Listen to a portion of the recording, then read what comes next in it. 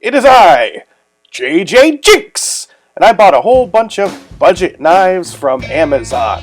I kept the price between $10 and $27, and I give my thoughts, concerns, and overall review of these knives after carrying them with me every day for an entire week, so that you don't have to. The important questions are they any good? Do you get your money's worth? Join me in this review series. This is JJJinks Truck Stop Knives! Episode 12, the Smith & Wesson Knife, $5.86.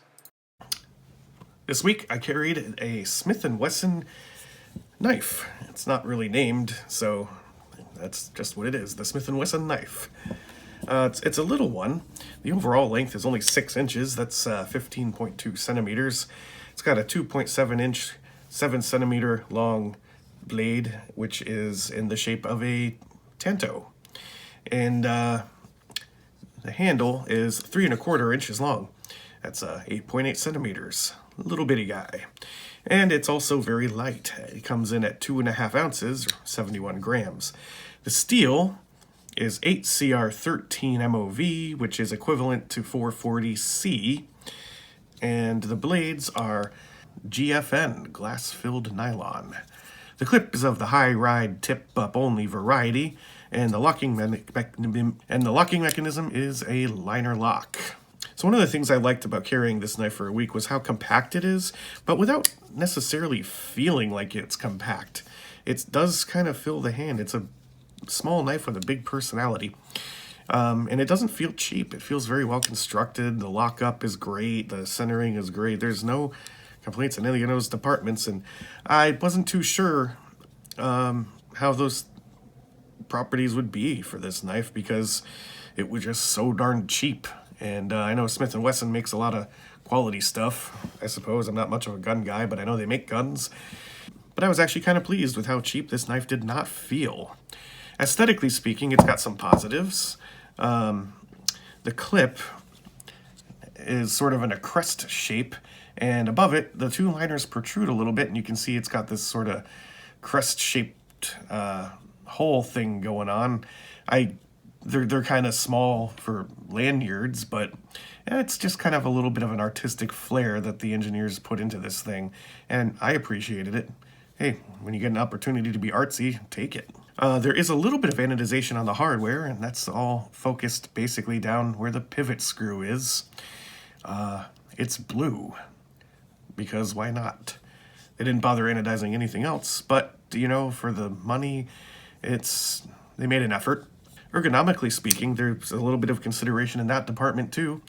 The scales have been chamfered and cut in places to just kind of make it a more rounded feel, which I appreciated. Those are the things that I liked. What I didn't like was, well, it's not a very smooth action. You can't flick it out, but they give you the flipper tab. They sort of tease you.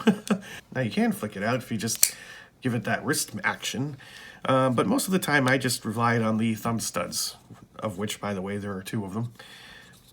And that was just fine for me, but flippers are fun, so this was less fun because it doesn't flip very easily.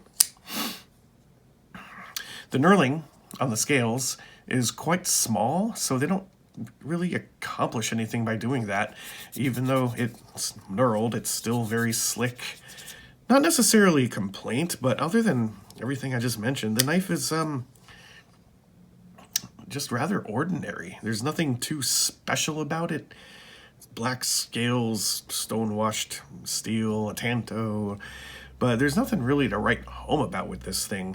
So it just doesn't excite me. I gotta be honest, I wasn't really looking forward to putting this in my pocket as the week dragged on. I was kind of looking forward to moving on to something else. But I guess the one thing that it does have going for it that may be worth it for some people is the fact that it's carrying the Smith & Wesson logo. I'm not really into Smith & Wesson, but hey, some people might be and be proud to carry their logo. This whole thing was kind of a challenge because I can't fault this knife for anything specifically. It's just not my preference, but it could be yours. Well, my friends, this is the end of the series. I know, don't be too upset. It's okay. I've moved on to the Bud K Knife of the Month Club. I will put a link to the first video in the description. I do plan on making a follow-up video for this series where I'm going to talk about the things that I've learned about myself as a knife enthusiast. It was a really good time carrying something different every week. It was refreshing and sometimes dull, and I'd like to thank you for joining me on the whole ride. I might pick it up again in the future. I might do a season 2. It's just, kind of expensive, even though these are budget knives. It couldn't last forever. But I'm going to let go of this project with a glad heart, because it was such a good experience, something that I hope everyone gets a chance to try.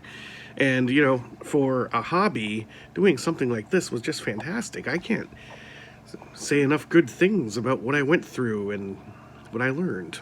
And I hope that the learning process never stops. There's always something new out there. It's a journey. It's a ride. It is JJJinks Truck Stop